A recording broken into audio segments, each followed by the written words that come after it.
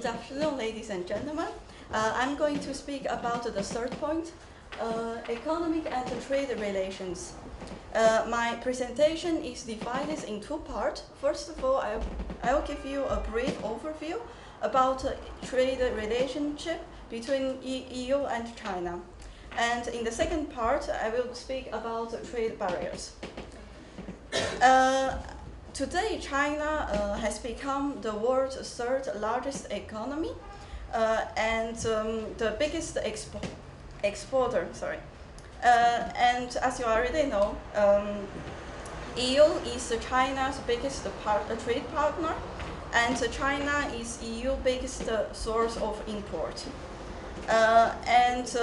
China exports from China to the European Union has grown by around 16.5% per year during from 2004 to 2008. And last year, in 2009, due to the economic crisis, only 13% has been recorded. And China is European Union's fastest growing export market. From 2005 to 2009, during only a period of 4 years, exports from European Union to China have grown by around 13 billion of euros. And the first trade agreement has been signed in 1978, and it has been replaced by another important trade agreement signed in 1985. And even today, trade relations between European Union and China are still governed by this. Trade agreement. Well, here I have some statistics of year 2009, and you can see the first is trade input in 2009. From China export to European Union, and the European Union export to China. And the second one is service, and the last one is direct investment.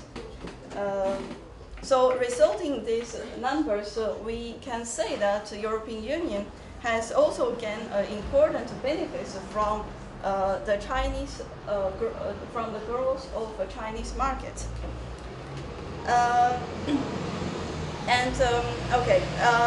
So I continue to speak about the agreement of the agreement signed in 1985. The principal aim of this agreement is to promote and to intensify the trade between China and Europe, and also to encourage the steady expansion of economic cooperation.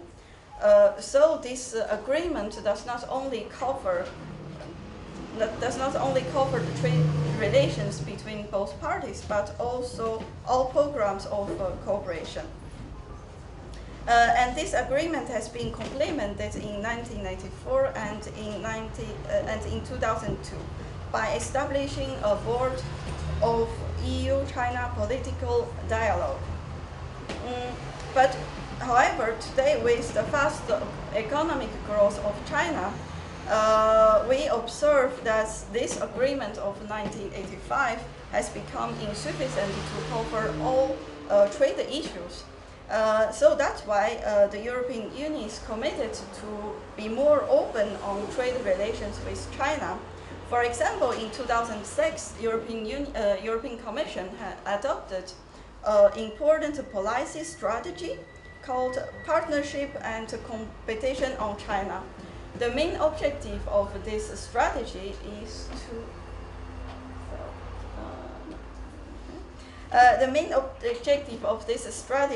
is to provide more opportunities to improve the framework for bilateral trade settled down by the agreement of 1985. Another important event is the EU-China high-level economic and trade dialogue The first one was launched in Beijing on the April of 2008.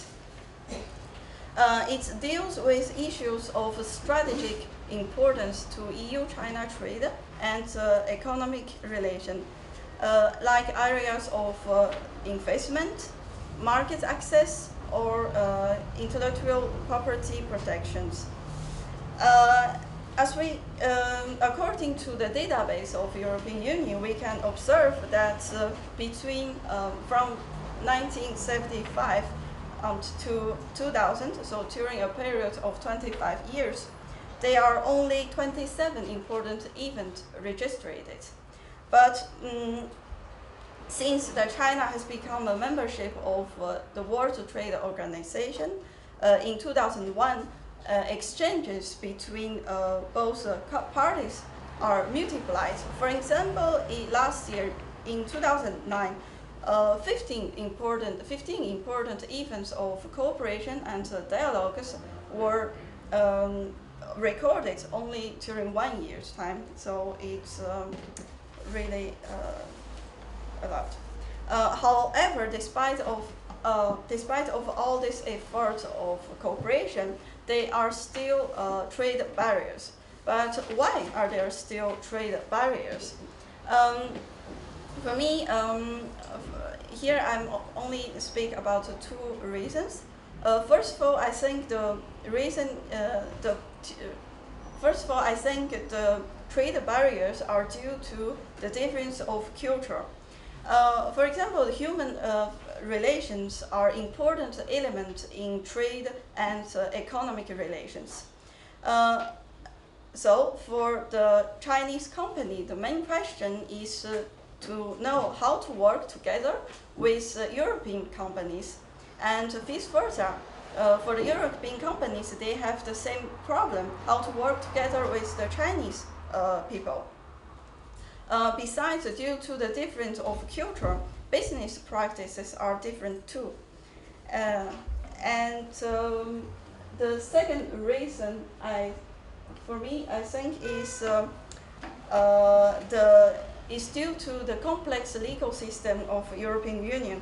As you know, that in Europe we got two legal systems, the national ones and the European ones.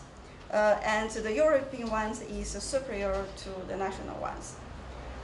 So due to all these reasons, so there are still a lot of work to do to eliminate all these trade barriers. Okay, thank you for your attention, and